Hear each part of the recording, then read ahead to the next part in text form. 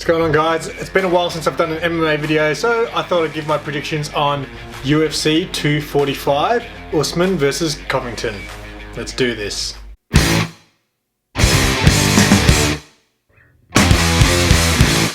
Alright, so there's 5 fights I'm going to talk about on this card, and the first one is Petr Yan versus Uriah Faber.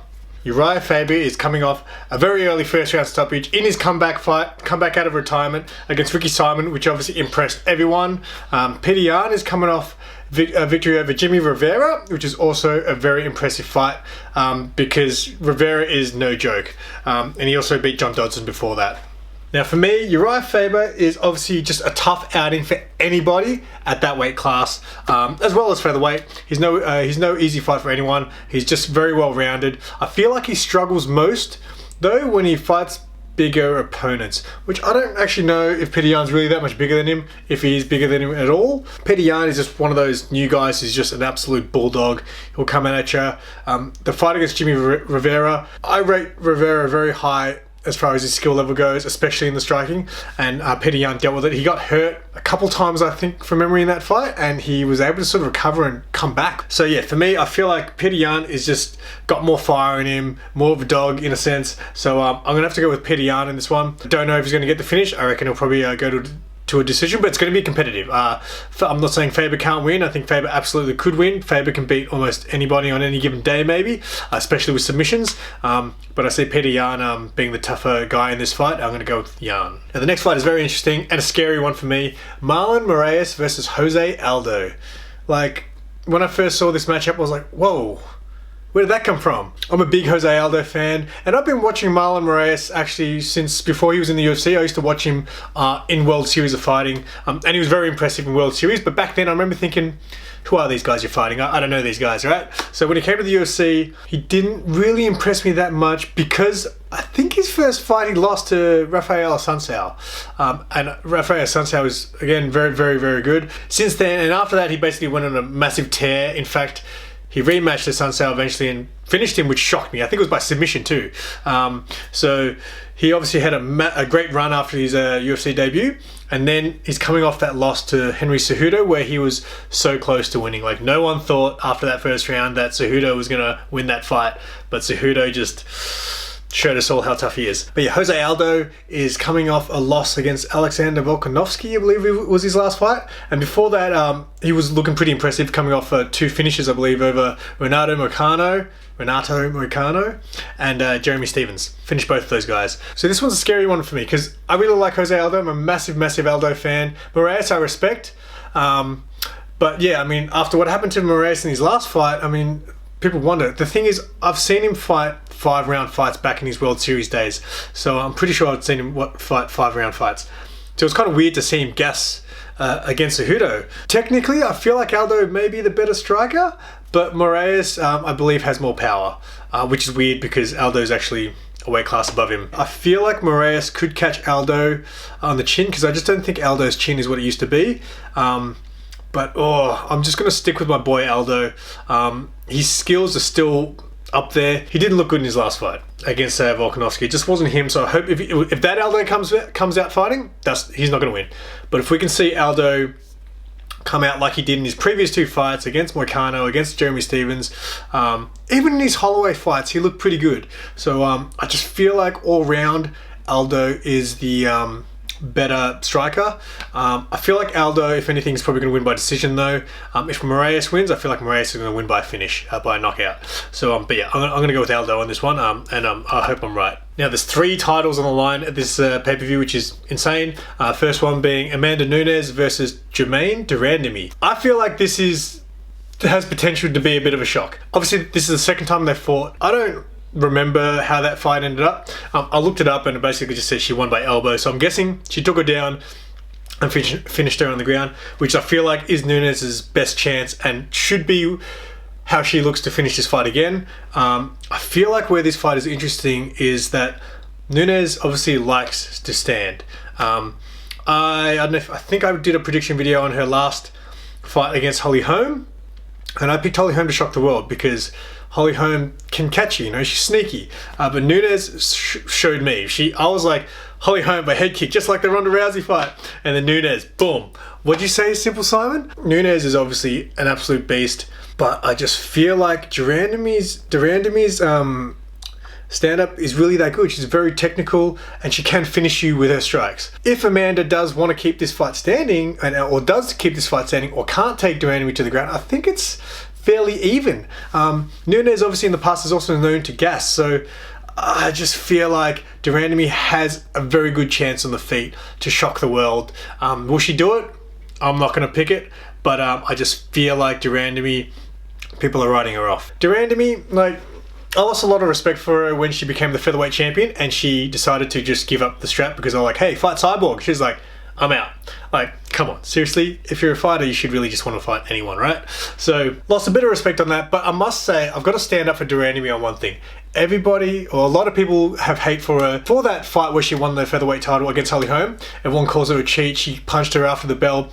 But hey, it's not her job to, it's the ref's job to stop the round, right? It's not like the ref jumped in the middle and she was reaching over the ref to try to land strikes. There was none of that. It was in the moment. Who knows? You don't know if she heard that siren. So I feel like people give her a hard time for those strikes after the bell. You're in the moment. It's not your job to stop. It's the ref's job to stop the round. So yeah, I just want to say that. But yeah, I must say, lost a lot of respect for her when she was just like, Cyborg, I'm good. But in all seriousness, no, Randamie, actually, I do respect her because she's actually a very, very nice person. You see her at weigh-in, she's always friendly with her opponent. She's a very respectful fighter, so I got to give her props for that. But Nunes, she is going to probably win this. She's going to be a favorite, but I'm just saying. All right, the next one, Max Holloway versus Alexander Volkanovski. Now, as much as I'd like to see Volkanovski win, because he's Aussie and I'm Aussie, I just don't see this happening. I feel like he has the least chance of causing an upset in this. Look, I could be wrong. You know, I've been wrong many times on this, on my predictions.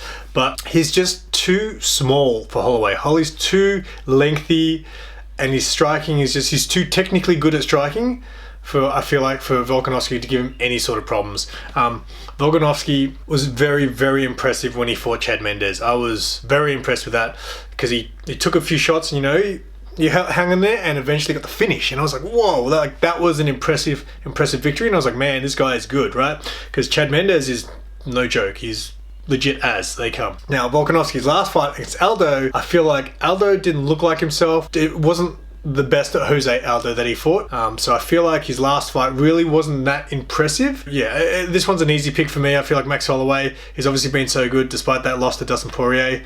But even in that fight, like, man, he was so, everyone thought he was going to get finished, right? But Max is one of those guys. There's just some guys, it's just like you have to shoot them in the head to finish them, right? And Max is one of those guys, you ain't finishing that guy.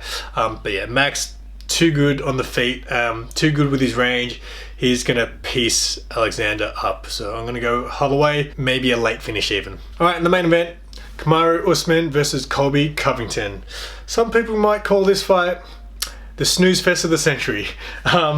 I don't think that. I think it's actually a very interesting fight because they're so alike. Both elite wrestlers, and their striking is really what obviously separates them. They're both improved. Kamaru obviously has more power than Colby, but Colby obviously, I mean, his last fight, he broke a record, I think, for most strikes landed in a fight. Some people have no respect because they're like, if I punched someone 1,000 times, they'd be dead. Here's one thing with Covington. I just don't like the guy. Like, I understand a lot of it is an act with everything he does, but I just feel like he doesn't go about it the right way. Like when Chael Sonnen did it, it was fun, it was funny, you want to see that guy fight.